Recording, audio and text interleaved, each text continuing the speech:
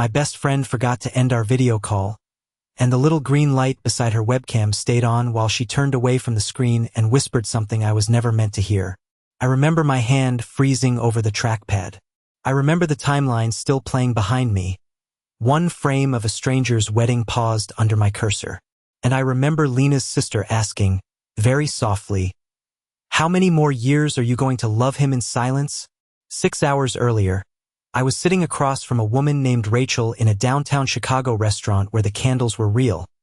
The wine list had its own leather cover, and everyone seemed to know exactly what to do with their hands. Rachel was kind. She laughed at the right places. She asked about my work as a video editor and actually listened when I explained how a cut could change the truth of a scene. Nothing was wrong with her. That was the problem. Halfway through dinner, my phone buzzed against my thigh. I didn't look, but I knew it was Lena. Nobody else texted me at 8:42 with a screenshot of a broken app flow and the words, "This button is emotionally dishonest." I smiled before I could stop myself. Rachel noticed. "Good news?" she asked. I put the phone face down. "Work thing," I said, which was technically true and completely false. Lena and I had met 8 years ago in the editing lab at North State University, both of us running on vending machine coffee in panic. I was cutting a student documentary that kept crashing. She was designing the interface for a campus safety app with headphones around her neck and 3 pencils in her hair. At 3:07 in the morning, she leaned over my shoulder and said, "Your opening shot is lying." I should have been offended. Instead, I moved the shot. The film got better. After that, she became the person I called before I trusted my own instincts. She became my second monitor, my emergency contact, my quiet room. We called it friendship because friendship was safe. "We're basically family," I used to say, and Lena would always smile like the words had only brushed her, not cut. When I got home from the date, my apartment was dark except for the blue glow of my editing rig. On my desk sat the takeout I had forgotten to eat before leaving. I opened my laptop, and the first message waiting was from Lena. "You skipped dinner, didn't you?" 12 seconds later, another text arrived. "Check your door." There was a paper bag outside with chicken soup, a plastic spoon, and a sticky note in her sharp designer handwriting. "Render faster. Chew slower." I stood there holding the warm bag like an idiot, feeling something loosen in my chest that dinner with Rachel had never touched. At 11:47, I clicked the video call link we used almost every night. Lena appeared under her yellow desk lamp, hair twisted up, glasses low on her nose, Figma open beside 3 unpaid bills and a Seattle studio application. "How was the date?" she asked. "Fine," I said. She nodded like that told her everything. Then we worked in silence, 2 apartments, 2 desks, 1 old ritual glowing between us, and I wondered why the comfort I kept searching for across dinner tables always seemed to be waiting on this screen. I should have ended the call the second Mia's voice came through my speakers. I know that now. I knew it then too, in the small, decent part of me that tightened like a fist before curiosity, fear, and something I did not have a name for kept me frozen in my chair. Lena had turned her camera slightly when she stood up, so all I could see was the edge of her desk, the yellow lamp, the corner of her application packet, and 1 bare foot tucked under the chair. The audio stayed clear. Too clear. "You're still working?" Mia asked. She was 22, fierce in the way younger sisters get when they have watched someone they love make herself smaller for too long. Lena gave a tired laugh. "I'm always working." "No," Mia said. "You're hiding inside work." I reached toward the trackpad. My fingers hovered there. 1 click would have made me a better man. 1 click would have protected her privacy. Instead, I sat in the blue light of my monitors with the soup she had sent going cold beside my keyboard. Lena exhaled, a soft sound that scraped through the speaker. "Don't start." "I'm not starting." "I'm asking." A cabinet opened on her end, then closed. I heard a mug. Set down too hard. "Rachel seemed nice," Lena said. Even through the microphone, I heard how carefully she made her voice normal. Mia went quiet for a beat. "That's what you're worried about? His date?" "I'm not worried." "Lena." There was no anger in her sister's voice now. just heartbreak with its sleeves rolled up. If he never chooses you, how many more years are you going to give him? My chest went still. Not tight. Still. Like something inside me had stopped moving so it could hear better. On the screen, Lena's hand appeared at the edge of the desk. She touched the sticky notepad, then pulled back. He's my best friend. That is not an answer. It has to be. Why? The silence after that question seemed to fill both apartments. My editing timeline kept blinking under the paused wedding frame. A bride I did not know smiled in perfect focus while my own life slipped out of focus behind her. Lena's voice came smaller than I had ever heard it. Because if I say it out loud, I lose the only person who has felt like home. Mia whispered, "You deserve to be more than someone's safe place." Lena laughed once, but it broke before it became sound. I don't know how to stop. Stop what? Loving him. My hand finally moved, too late, too slow, like shame had weight. Before I could click anything, Lena said it, plain and quiet and devastating. I've loved him for 8 years. The room around me seemed to tilt. My knee hit the underside of the desk. The soup container tipped, spilling broth across an old receipt and the corner of my mouse pad. I grabbed for it, knocked my metal water bottle off the desk, and it hit the hardwood with a loud, ringing crash. On the screen, Lena's head snapped toward the laptop. The dark square of her camera brightened as she stepped closer. Her face filled the frame, eyes widening behind her glasses. Mia said, "Wait, is he still there?" The green microphone icon pulsed once beside my name. Lena stopped breathing. I could see the moment she understood. Her lips parted, but no words came out. I had stolen a truth she had not handed me. There was no way to disappear from that. I leaned toward the screen, my throat raw and forced myself to say the only honest thing left. "Lena, I'm here." For 3 seconds, nobody moved. Lena stared at me through the bright rectangle of her laptop, one hand gripping the back of her chair, the yellow desk lamp cutting a thin line across her face. Mia stood behind her in a faded college sweatshirt, jaw tight, eyes sharp enough to make me lower mine. My cursor sat frozen over the red end call button. The spilled soup had reached the edge of my keyboard, but I could not make myself look away from Lena. "I'm sorry," I said. The word sounded too small for what I had done.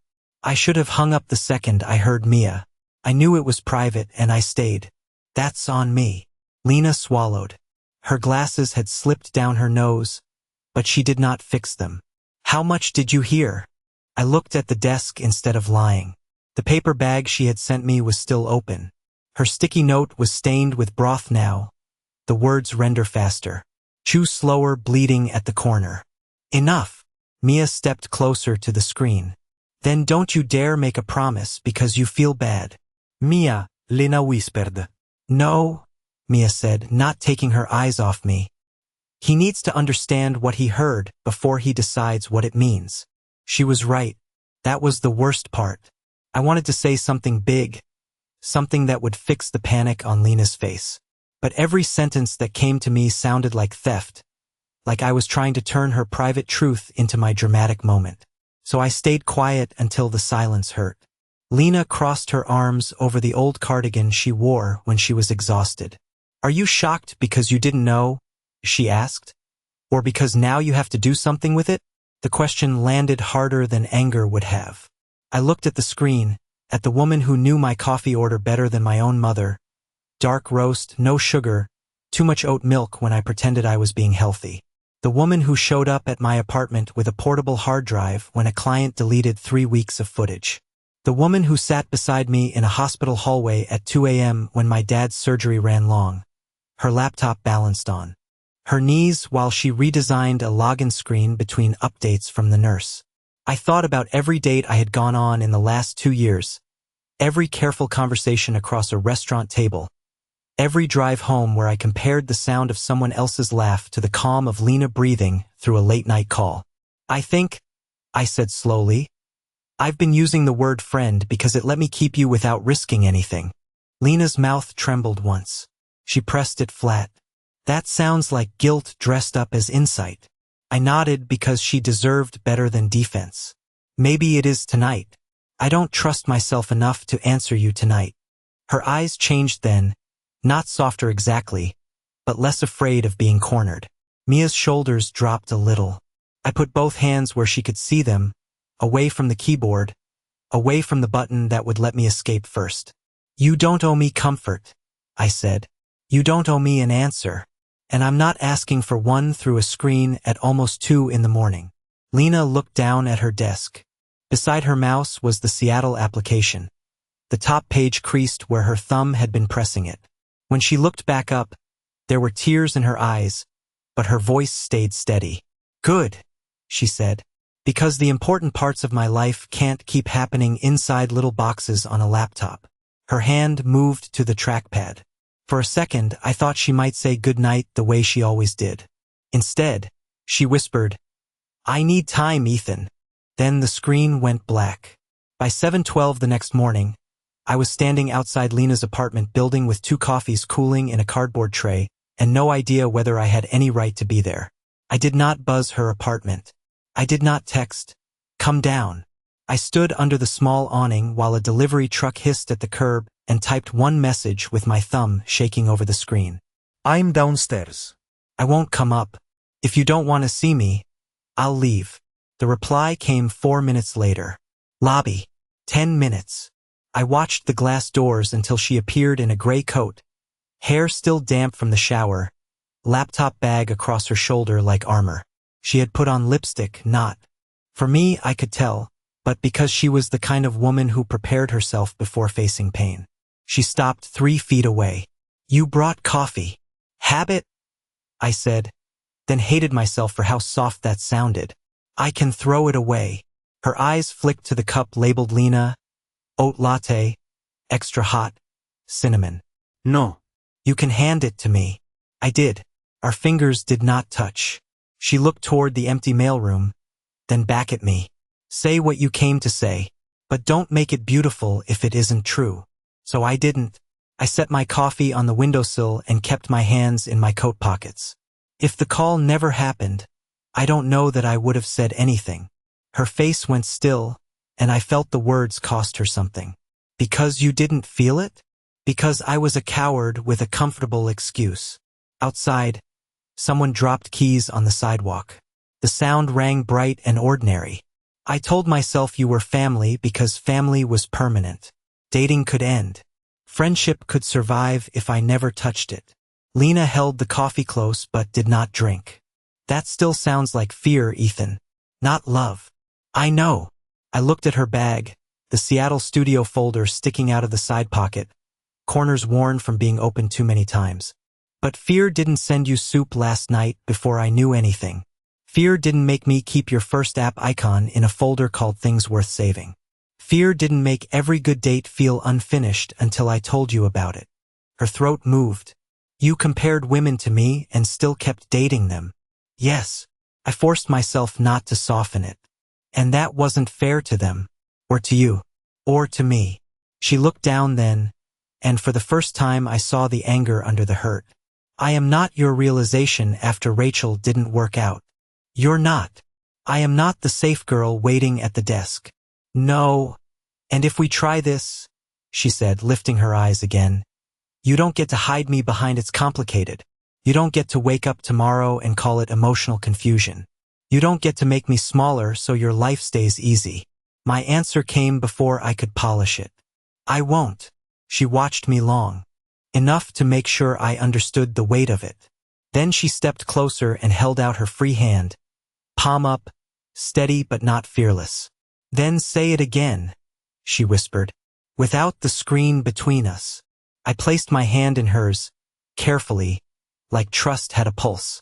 I love you, Lena, and I should have been brave before I heard you say it first. Her fingers tightened around mine. It was not forgiveness yet. It was not forever yet. But it was a choice neither of us could pretend we hadn't made. For the first 2 weeks, we treated the new thing between us like a glass of water filled too close to the rim. Nobody made sudden moves. Nobody said forever. Lena went to work, argued with developers, revised onboarding screens, and spent Wednesday nights with Mia watching terrible reality shows without inviting me. I liked that. I needed to like that. Loving her could not mean quietly absorbing every corner of her life until nothing belonged only to her. So we began with small permissions. The first was a lunch break. I brought sandwiches to the public plaza outside her office and sat beside her on a concrete bench while she picked tomatoes off hers and dropped them into my wrapper because she had done that since college. The second was Thursday coffee. Not rescue coffee. Not crisis coffee. Just coffee at 10:30 because ordinary days deserved witnesses too. The third was a Saturday morning when she came over with her laptop, kicked off her sneakers by my couch, and opened Figma while I color graded a music video.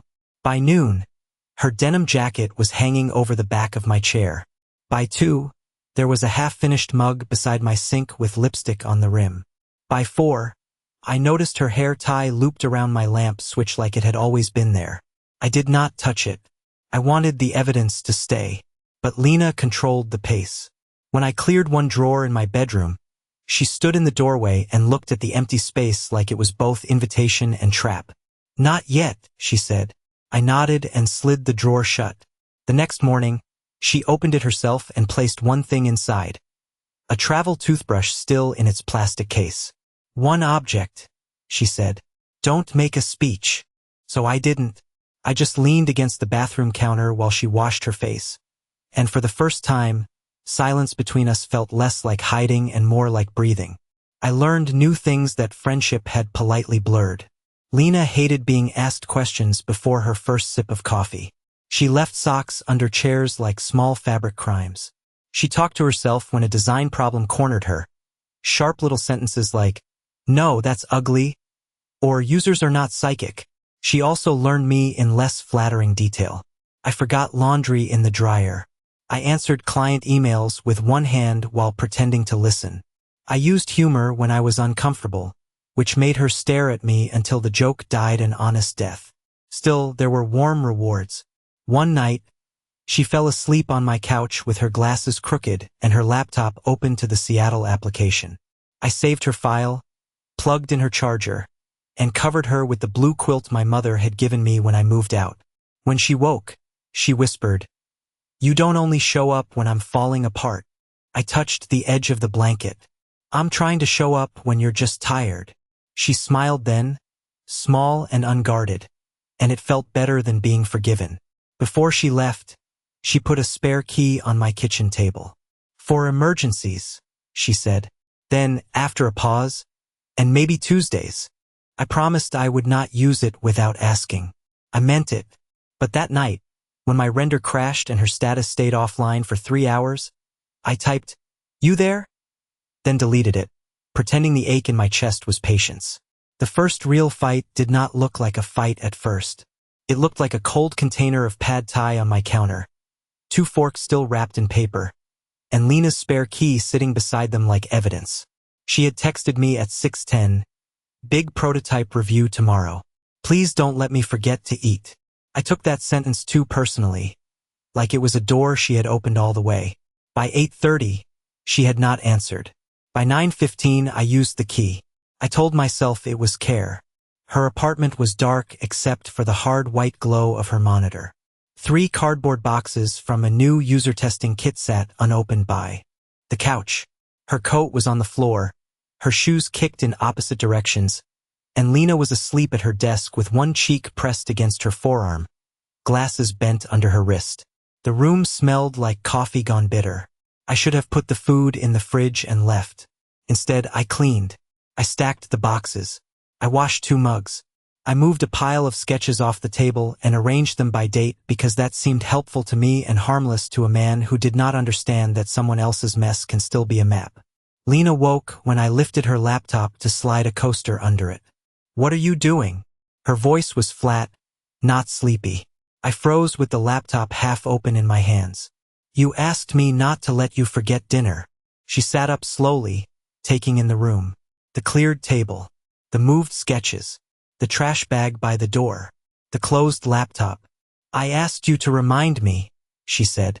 "I didn't ask you to come in and manage me." Heat climbed my neck. "You were asleep at your desk." "Yes, in my apartment." The words were quiet, but they hit harder than shouting. I set the laptop down too fast. The lid snapped shut, and both of us flinched. I was trying to help. I know. She rubbed her forehead, then looked at the empty place where her sketches had been. That's what makes it complicated. I wanted to defend myself. I wanted to say she had given me the key. I wanted to say love meant showing up. But her face stopped me. She looked 12 seconds away from taking the key back and 3 years away from ever trusting anyone with one again. When you move my work, she said, I lose where I was. When you come in without asking, I feel like I'm being watched, not loved. That hurt because it was not unfair. I pulled out a chair but did not sit until she nodded. The pad thai had gone rubbery in its container. The apartment felt too small for all the good intentions lying around badly. What do we do? I asked. Lena opened a blank page in her notebook, drew a line down the middle, and wrote rules at the top like she was designing a system that might save us. Ask before using the key. Remind, don't rescue. Say red light when one of us needs silence without disappearing. No leaving mid-conversation unless we name a time to return. I added one more. Don't turn care into control. She looked at it for a long moment, then underlined it twice. Her phone lit up before either of us could speak. An email banner crossed the screen. Seattle Studio, final offer and relocation timeline. For a moment, neither of us touched the phone. The email banner sat there like a third person at the table, bright and patient, while the rules we had just written dried in black ink between us. Lena picked up the phone first. Her thumb hovered over the screen. Then she unlocked it with a face that had gone very still. I watched her read without asking to see. That was the first test of the rule we had made less than a minute ago. Her eyes moved line by line. They want me in Seattle by the 1st of next month, she said. Full relocation package. Design systems lead, not associate. The last part came out softer, almost disbelieving. This was not just a job. It was the version of herself she had been building in stolen hours under that yellow lamp. There was an attachment in the email. She opened it and I saw the sharp little shapes of a life being rearranged. Relocation checklist, temporary housing, benefits packet, flight reimbursement, start date. Under the folder on her desk was a printed lease renewal for her apartment, and signed. Beside it, her mother's spare house key sat on a blue keychain shaped like a tiny sneaker. My mom's knee surgery is in 6 weeks, Lena said, almost to herself. Mia can help, but she can't take all the appointments. And Seattle wants me there for onboarding. She stood, grabbed a notebook, and began writing before her fear could make the choices for her. Call mom. Ask about rehab schedule. Email Seattle about hybrid start. Check lease penalty. Talk to Mia. She did not look like a woman waiting to be chosen. She looked like a woman standing in the middle of 4 roads with a flashlight in her hand. I wanted to say, stay. The word rose in me ugly and scared. Not because I did not believe in her, but because I could already picture the empty Tuesday coffee, the silent desk, the yellow lamp glowing on a screen instead of across the room. But love, real love, had rules too. Don't turn care into control, I said quietly, reading our own handwriting back to myself. Lena looked up. What? Nothing. I swallowed. No. Not nothing. I'm scared. But I'm not going to make you carry that as a reason to shrink. Her shoulders dropped, not with relief, but with the exhaustion of being understood too late and still being grateful for it. The next day, she called her mother from my kitchen because her apartment Wi-Fi had gone out. I stayed by the sink, rinsing the same mug twice, hearing only fragments. No, Mom. It's not abandoning you. Yes, I know Seattle is far. I'm trying to build something too. Later, Mia came over with a calendar and a grocery bag full of oranges. She was protective, not cruel. I love you, she told Lena. But if you stay just because everybody needs you, you'll resent us by Christmas. Lena pressed both hands over her face. On the table lay the 2 options in physical form. The Seattle contract printed in clean white pages, and her mother's medical schedule marked in red ink. I stood across from her, feeling useless and necessary at the same time. By midnight, The question had narrowed until it looked merciless. Go and risk leaving the people she loved to manage without her. Stay and lose the first job that had ever fit the woman she was becoming. At 12:17 a.m., Lena pushed both papers away and opened Figma. That was how I knew panic had lost. She did not reach for my hand. She did not ask me what I thought she should do.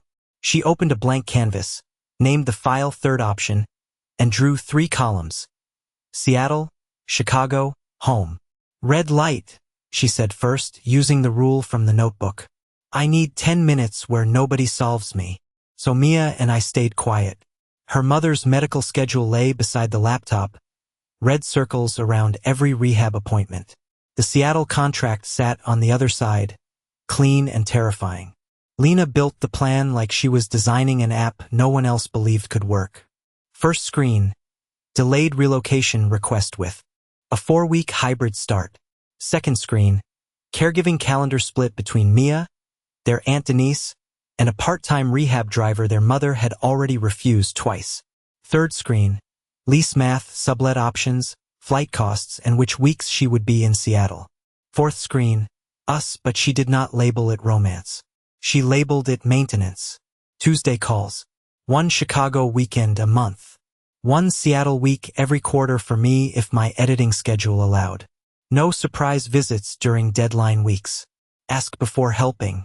I'm not staying because I'm loved, she said, voice steady but tired. And I'm not leaving like love is something I outgrew. Mia leaned over the table. Mom is going to say she doesn't want strangers driving her. Then I'll call it independence instead of help, Lena said. She hates needing people. She doesn't hate being in charge. That was the smartest thing in the room, and it was hers. My part came later when she finally looked at me. I can't be the only one traveling, she said. I know. I can't be the one keeping the ritual alive. I know. And I can't have you secretly resenting Seattle because you were supportive out loud and lonely in private. That one found the bruise. I took the notebook from part 6 and wrote my own column. I would turn down 2 low-paying retainer clients to keep 1 week a quarter open. I would help her mother with grocery runs on Wednesdays when Mia had class, but only if her mother agreed. I would not use money as a shortcut, but I could use time, calendars, rides, editing work I could do from airports, and the uncomfortable honesty of saying, I miss you, before it became punishment. The next morning, Lena called Seattle with her laptop on the kitchen table and her shoulders squared. She did not apologize for having a family. She proposed a pilot.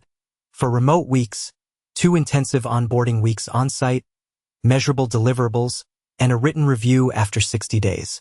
The hiring manager did not say yes immediately. That mattered. Real life rarely applauds on cue. But by Friday, the revised offer arrived. Hybrid start approved. Relocation delayed. Benefits unchanged. Lena read it twice, then sat down on the floor like her knees had finally received the news. Mia cried first. I didn't touch Lena until she held out her hand. That night, the yellow lamp came on again, and our video call connected between 2 apartments that suddenly felt less like hiding places and more like blueprints.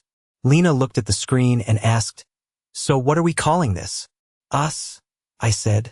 But the word was only the beginning. 6 months later, there was a whiteboard calendar on Lena's kitchen wall with 3 colors of marker. Blue for Seattle, black for Chicago, green for her mother's appointments. Mia added stickers whenever their mom finished physical therapy, without pretending she was perfectly fine. I drove on Wednesdays when I could, not as a hero, not as a favor I kept in my pocket, but because the schedule had my name on it too. Lena's Seattle desk had 2 monitors, 1 tiny plant she kept forgetting to water, and a yellow lamp that matched the one in my apartment. Her Chicago drawer was no longer symbolic. It held sweaters, charging cables, a backup pair of glasses, and 1 emergency chocolate bar labeled "Do not touch unless I'm dramatic." My apartment changed too. Her denim jacket still hung over my chair, but it no longer looked left behind. It looked placed there. The biggest change was the studio. We rented a narrow second-floor room above a print shop, halfway between my editing suite and the train station. On the door, in black vinyl letters Lena had designed herself, it said Frame and Flow. Her side had wireframes, color palettes, and user maps pinned with ruthless precision. Mine had timelines, sound notes, and storyboards taped in crooked rows. Between the desks sat a cheap coffee maker, 2 mugs, and the old notebook where our first rules were still written. Ask before helping. Remind, don't rescue. Red light means pause, not disappear. We still failed sometimes. I still went quiet when I was scared. Lena still tried to solve exhaustion with more work. But now she would tap the notebook and say, "Use words, Ethan." And I would, even when the words were ugly and small. On the night our first joint project launched, Lena was in Seattle presenting the app dashboard to a hospital client while I sat in Chicago editing the final demo reel. Her mother watched from the couch with ice on her knee. Mia texted us a blurry photo of herself crying next to takeout noodles. At 11:47, the video call opened like it always had. Same yellow light, same tired eyes, same little green dot beside the webcam. Only this time, nobody thought it was off. The client dashboard glowed on Lena's screen. My finished reel sat paused on mine. We looked at each other across the connection that had once exposed what she was trying to protect. "You know the mic is on, right?" she asked. I smiled. "I know." She leaned back, not hiding, not shrinking, not waiting to be chosen by accident. "Good." I looked into the camera, into the small circle that had once caught me failing her, and said clearly, "I love you on purpose." Lena's face changed slowly, like sunrise finding a room. She lifted her mug, the one from my kitchen, and whispered, "I choose this too." Then we left the webcam on while we worked. 2 desks, 2 cities, 1 shared calendar, and a future bright enough to feel like home.